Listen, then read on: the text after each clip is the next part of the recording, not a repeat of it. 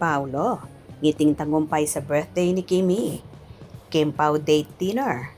Very intimate.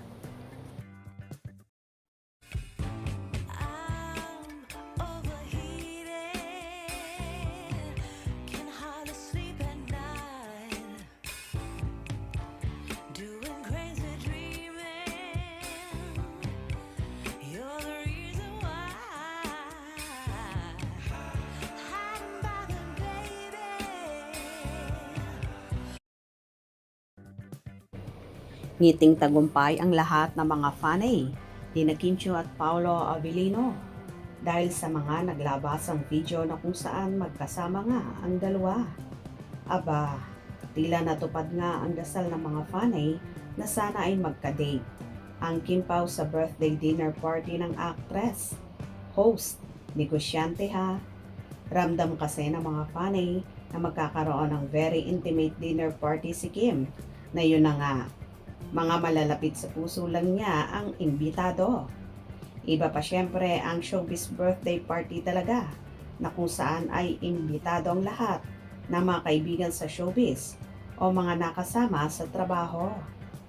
Anyway, nung lumabas pa lang ang menu para sa birthday dinner na yun ni Kim, alam na agad ng mga fanay na darating si Paolo.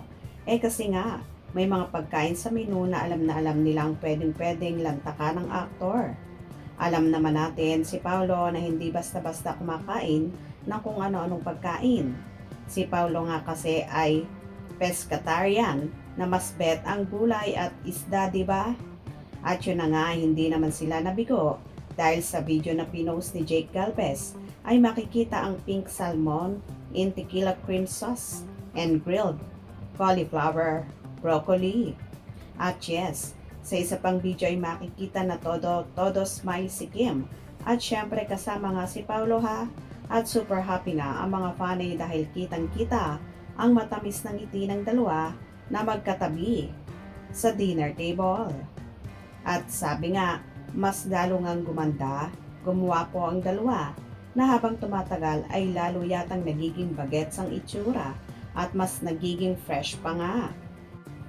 Anyway, bago yon ay makikita rin ang Instagram story ni Paolo ng video ni Kim na naglalaro sa bonggang-bonggang snow ha.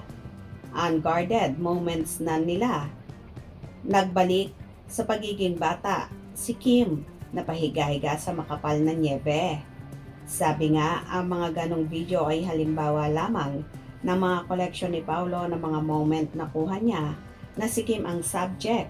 Nasabi nga ay siguradong mas marami pa ang ganong ganap si Kim na itinatago lang ni Paolo at ilalabas sa mga susunod na ganap sa buhay nila. Anyway, nahimlay nga ng masaya ang Kim Pauladia sa gabi ng kaarawan, April 19 ni Kim. Nakatulog sila na may ngiti sa mga labi. Well, masasabi nga ngiting tagumpay si Paolo at ganon din si Chinita Princess sa naganap na birthday party ni Kim na pa-surprise naman ng aktor.